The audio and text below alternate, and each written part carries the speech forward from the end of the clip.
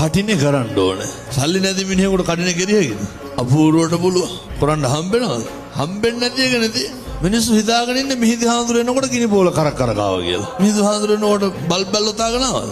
මතක තියාගන්න. සංස්කෘතිය රැකෙන්න ඕනේ. ආගමික අනන්‍යතාවයන් යම්කිසි විදියකින් තහවුරු වෙන්න ඕනේ. බහුතරය කටින පිංකම් කරනවා කියලා කියන්නේ කටින පෙරහැරවල් කරන එක. පෙරහැර වෙනයි කටින වෙන.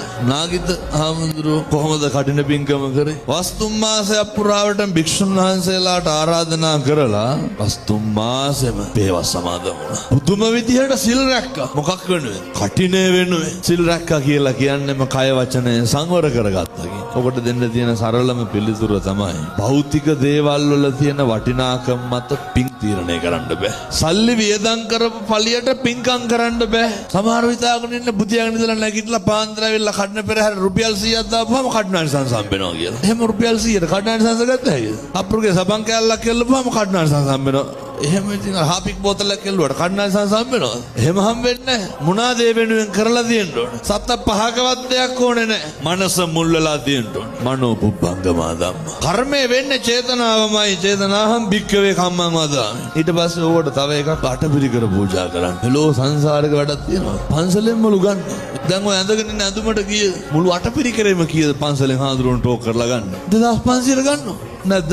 ඇඳගෙන ඉන්න ඇඳුමම 3000ට වැඩි. අටපිරිකරේ 2500. පින්නතුනේ. ඔය ඇත්ත හොඳටම දන්නවනේ ඔය කෑලියට රුපියල් 2500ට ගන්න බෑ කියලා. ඕකේ 2500ට වටිනාකමක් තියෙනවා. අර කොලේයි ඔය කාඩ්බෝඩ් ටික එක්කහු කරපුවා 2500 යකඩ කෑලි පාත්‍රේ රෙදි කෑලි 2500ට හරියන්න මොනවා හරි ඔතලා තියෙනවා. අටපිරිකරේ වටිනාකමක් තියෙනවා. දැන් මේ පාර වස් සිවුරු පූජා කරනකොට සිවුරක් කීයද? 2000ද? සිවුරු කට්ටලයක් මහන්න රුපියල් 15000ක් විතර යනවා. කොහොමද තියෙන්නේ අර අටම 2500ට ගන්න කඩේකි.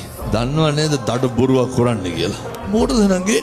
ඒව ගෙනල්ලා දීලා කියනවා මොනවාද? එහි බිකු මහණු උපසම්පදාව හම්බෙන්න ඕනලු. තව විසාකාට හම්බෙච්ච අර මාලේ හම්බෙන්න ඕනලු. රුපියල් 2500ට. පින්නතුනේ සිද්ධාලේප කුප්පියක් හරි කමක් නැහැ. මතක තියාගන්න. ජීවිතේ බැරි වුණත් කමක් නැහැ ඔය කරගන්න. තියෙන්නේ ඇල්වතුරු වීදුරුවක් නම් ඒක හරි ගෞරවයෙන් දෙන්න. එච්චරයි. ලෝකෙට පේන්න දෙන්න එපා. දුන්න කියන්න දෙන්නත් එපා. මම මේක ඉගෙන ගත්තේ පිළිකා හැදිච්ච තාත්තා කෙනෙක්ගෙන්. කටින පිංකමක් දවසක සිද්ධාලේප කුප්පි 4ක් අරගෙන ඇවිල්ලා කෙළවරේ හිටපු පොඩි හාමුදුරු 4 දෙනාට පූජා කරා. අපේ අම්මලාට තාත්තලා ලෙඩක් තියෙනවනේ ගේනව සේරම ලොකු හාමුදුරුවන්ට දෙන්න ඕන කියලා. හැම එකක්ම ලොකු හාමුදුරුවන්ට. අර තාත්තා ඇවිල්ලා පොඩි හාමුදුරු 4 දෙනාට සිද්ධාලේප කුප්පි 4ක් දීලා ගියා. මං ඇහුවා ගිහින් මොකද? තිබ්බේ රුපියල් 100යි. ඒකට හරියන්න දීලා වැඳලා ගියා. ඔච්චරයි. පිං සිද්ධ වෙන්නේ නැද්ද? ඒ නිසා පින්නුතුනේ තියෙන විදියට දෙන්න. තියෙන ඇල්ලතුරු වීදුරුවක් නම් ඒක බොහොම ගෞරවයෙන් දෙන්න. එතකොට පිං සිද්ධ වෙයි. එච්චරයි.